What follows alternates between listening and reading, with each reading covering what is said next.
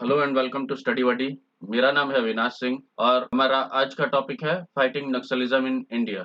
हम लोग नक्सलिज्म की बात करेंगे और हाल ही में नक्सलियों ने हमारे जवानों को मारा था छत्तीसगढ़ में, तो उसके ऊपर भी बात करेंगे। सबसे पहले हम जानेंगे कि नक्सलिज्म क्या है और ये कहाँ से शुरू हुआ था। तो जो नक्सल शब्द है ये सबसे पहले जो नक्सलिज्म है, नक्सलबाड़ी बोल के एक नाम का एक विलेज है दार्जिलिंग में, जहाँ से ये स्टार्ट हुआ था।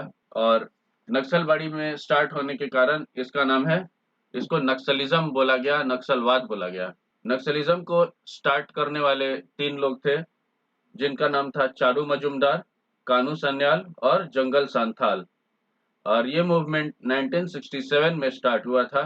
नक्सलिज्म का मेन मोटिव है कि वायलेंस यूज करके स्टेट से पावर छीनना।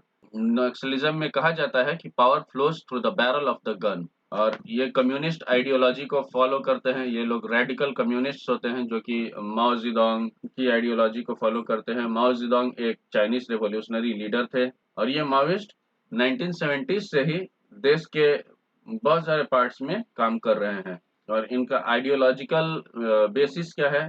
इनका आइडियोलॉजिकल बेसिस ये लाते हैं कार्ल मार्क्स के आइडियोलॉजी से, फ्रेडरिक एंजल्स के आइडियोलॉजी से, व्लादिमीर लेनिन के आइडियोलॉजी से और माओ जेडोंग के आइडियोलॉजी से। इनका मानना है कि जो एग्जिस्टिंग स्ट्रक्चर्स हैं जैसे कि डेमोक्रेसी, ये एलिटिस्ट आइडियोलॉजी को सपोर्ट करता है, ये अमीर लोगों को सपोर्ट करता है और ये गरीबों के लिए नहीं है। और ये मेनली पीजेंट्स मतलब कि किसान वर्ग के से स्टार्ट हुआ था। इनका मानना है कि ये जो एलीट क्लास है ये जनरली एक्सप्लॉइटेटिव होता है नेचर से, ये लोगों को एक्सप्लॉइट करता है और लोगों का एक्सप्लॉइटेशन बंद होना चाहिए। नक्सलिज्म के 5 फेजेस होते हैं। फर्स्ट फेज है प्रिपरेटरी फेज, सेकंड है पर्सपेक्टिव फेज, थर्ड है गुरिल्ला फेज, फोर्थ है बेस फेज और 5 है लिबरेटेड फेज। अब हम बात करेंगे 3 अप्रैल की घटना की, जिसमें हमारे 22 सिक्योरिटी पर्सनल मारे गए थे। तो चलिए शुरू करते हैं। माओइज्म जो है देश की इंटरनल सिक्योरिटी के लिए सबसे बड़ा खतरा है और 3 अप्रैल को 22 सीआरपीएफ पर्सनल माओइस्ट के द्वारा मारे गए थे और ये हुआ था छत्तीसगढ़ के बीजापुर डिस्ट्रिक्ट में। ऐसे होने का कारण माना जाता है कि सिक्योरिटी फोर्सेस द्वारा कुछ टैक्टिकल मिस्टेक्स हुए थे और अभी छत्तीसगढ़ ही माओइस्ट का लास्ट जो स्ट्रांग होल्ड है वो बचा हुआ है। वैसे तो बहुत सारे स्टेट्स में नक्सलिज्म फैला हुआ था, लेकिन धीरे धीरे उन सारे स्टेट्स ने इसे कम कर लिया है। पर दंडकारण्य फॉरेस्ट वगैरह इन सब एरिया में जंगल बहुत ज्यादा टफ टेरेन है, जंगल्स बहुत डेंस है, जिसके कारण यहाँ पर प्रॉब्लम हो रहा है नक्सलिज्म के प्रॉब्लम को सॉल्व करने में। माओवाद को सिर्फ वैसे ही स्टेट्स में हराया गया है जहाँ पर पुलिस ने आगे बढ़ चढ़कर हिस्सा लिया है। यहाँ तक कि आंध्र प्रदेश, जहाँ पर माओइस्ट वायलेंस सबसे ज्यादा होता था, वहाँ पर भी माओइज्म खत्म हो गया है। ये आंध्र प्रदेश को माओइज्म का नर्सरी बोला जाता था, लेकिन यहाँ पर भी माओइज्म खत्म हो गया। उसका भी सबसे बड़ा कारण यही है कि स्टेट पुलिस के ग्रे हाउंड्स ने इनको इसके लिए कदम उठाया और ये बहुत बहादुरी से लड़े, आगे बढ़ चढ़कर इन्होंने हिस्सा लिया और ये सिर्फ सेंट्रल सिक्योरिटी फोर्सेस पर डिपेंडेंट नहीं रहे। महाराष्ट्र में भी माओवादी लोग बहुत ज्यादा पावरफुल हुआ करते थे। वहां पर भी अब माओवादी सिर्फ बॉर्डर एरियाज में बच गए हैं, जो कि गढ़चिरौली के कुछ बॉर्डर एरियाज में बचे हुए हैं और इन्हें भी महाराष्ट्र पुलिस के C-64 के द्वारा खत्म किया गया था। यहाँ तक कि वेस्ट बंगाल, जहाँ से नक्सलिज्म शुरू हुआ था, वहां पर भी अब नॉर्मल हो चुका है। वहां पर भी अब नक्सलवाद का उतना प्रॉब्लम होता नहीं है। कभी कभी एक आध घटना होता भी है तो उसमें नक्सली ही मारे जाते हैं, पुलिस वाले तो बहुत कम ही मारे जाते हैं। ऐसा केसेस बहुत कम सुनने को आया है। झारखंड में भी झारखंड जगुअर्स जो है उन्होंने नक्सलियों पर अपर हैंड पा लिया है, नक्सलियों को उन्होंने दबा दिया है। और ओडिशा में भी देखेंगे कि ओडिशा में भी कुछ ऐसा ही हुआ है। माविस्ट को वहां पर मलकानगिरी या फिर उससे दूर वाले कोरापुट रीजन में ठेलकर पहुंचा दिया गया है। बहुत सारे एक्सपर्ट्स का मानना है कि सेंट्रल फोर्सेस के पास ताकत तो है, नॉलेज है, इंटेलिजेंस है, सब कुछ है, लेकिन पर सीआरपीएफ का सक्सेस नहीं होने का कारण ये है कि लोकल पुलिस वहां पर लीडरशिप पोजीशन नहीं ले रही है।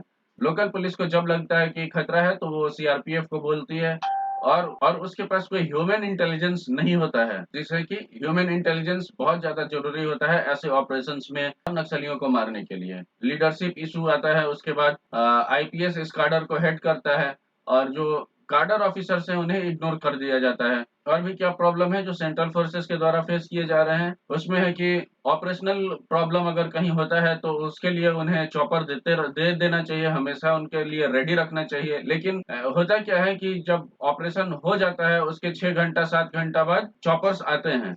इस केस में हम लोग देखेंगे जो बीजापुर एनकाउंटर हुआ था उसमें 6 घंटे बाद चॉपर आया था। जब ग्राउंड के कमांडर्स ने चॉपर के लिए बोला उसके बाद उसके 6 घंटे बाद आया था। तो ये कुछ प्रॉब्लम्स हैं जिन्हें सॉल्व करना बहुत ज़्यादा ज़रूरी है। और यहाँ तक कि जो डिसीजन मेकिंग है, एग्जीक्यूशन है, प्लानिंग है, ये सारे ग्राउंड कमांडर्स को किया जाना चाहिए, ना कि कोई ऑफिसर जो बाहर बैठा हुआ है सेफ जगह पे वो करे।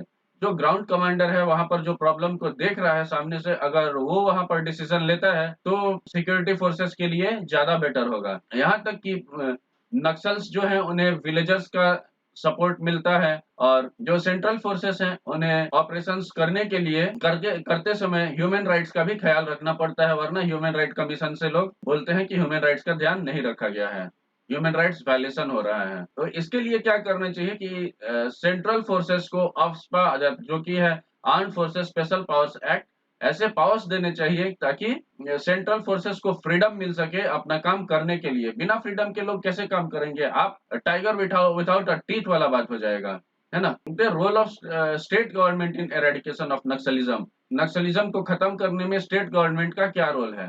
तो सबसे पहले हम बात करेंगे वेस्ट बंगाल का, जो कि वेस्ट बंगाल में को नक्सलिज्म का गढ़ माना जाता है। यहीं से नक्सलिज्म का शुरुआत हुआ था 1970s में, और ये धीरे-धीरे फेड आउट हुआ था, लेकिन 1990s में ये फिर वापस आ गया और फिर इन्होंने सीपीएम के कैडर को मारना शुरू कर दिया था। सीपीएम मतलब कम्युनिस्ट पार्टी, जो कि वायलेंस का आइडियोलॉजी फॉलो नहीं करते हैं।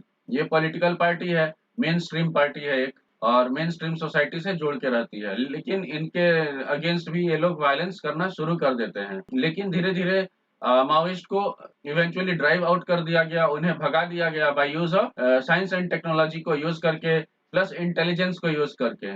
और वेस्ट बंगाल पुलिस ने उस समय बहुत भयंकर फोन इंटरसेप्शन को यूज किया था। वो नक्सली क्या बात कर रहे हैं, क्या कहाँ जाने की प्लानिंग कर रहे हैं, ये सब कुछ वेस्ट बंगाल पुलिस इंटरसेप्ट कर ले रही थी, जिसके कारण उनके अगेंस्ट ऑपरेशन बहुत ज्यादा आसान हो गया था। और वहीं पर जो सीपीएम है जिसके अगेंस्ट ये माओइस्ट हमला किए जा रहे थे, उनके पास भी बहुत अच्छा काडर था। इन्होंने उनके लोकल काडर को, उनके सारे के सारे डालम्स को इन्फिल्ट्रेट कर दिया था और वहां से वह इम्पोर्टेंट इंफॉर्मेशन निकाल के ला रहे थे। फिर हम देखेंगे कि 2010 में सिल्दा अटैक में 25 पुलिसमैन मारे जाते हैं, जो कि माओइस्ट के द्वारा किया गया एक बहुत बड़ा हमला था। और इसके बाद वेस्ट बंगाल पुलिस ने स्ट्राको नाम से एक स्पेशल पुलिस फोर्स बनाया, जिसमें वुमेन पुलिस ऑफिसर्स को रखा गया। और इसके कारण क्या हुआ कि वो बेटर इंटेलिजेंस को जुटा पाते थे। ज़्यादा अच्छा इंटेलिजेंस होने के कारण उन्हें ऑपरेशन करने में ज़्यादा आसानी होती थी। और फाइनल पुश कब आता है? जब ममता बनर्जी जीत के आती हैं 2011 में, और सबसे पहले जो माओइस्ट के लीडर बंगाल में थे किशन जी, उनको मारा जाता है वेस्ट बंगाल पुलिस के द्वारा।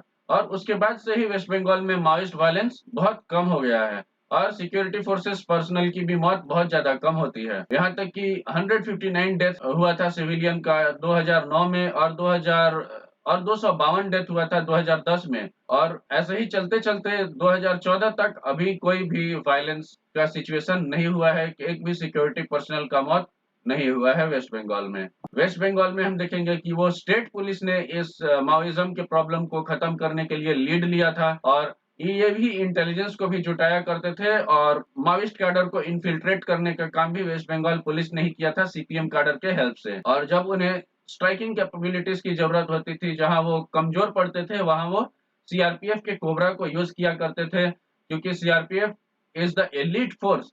सीआरपीएफ का कोई मुकाबला नहीं है इन सारे मैटर्स में। तो फ्रेंड्स, आई होप कि आप लोगों को इस लेक्चर से कुछ समझ में आया होगा नक्सलिज्म के बारे में, और नक्सलिज्म के प्रॉब्लम को किस तरह से सॉल्व किया जा सकता है। तो हमारे चैनल को लाइक, शेयर और सब्सक्राइब कीजिए। मिलते हैं अगले लेक्चर में, तब तक के लिए stay happy, stay safe and keep watching study buddy. Thank you for watching study buddy.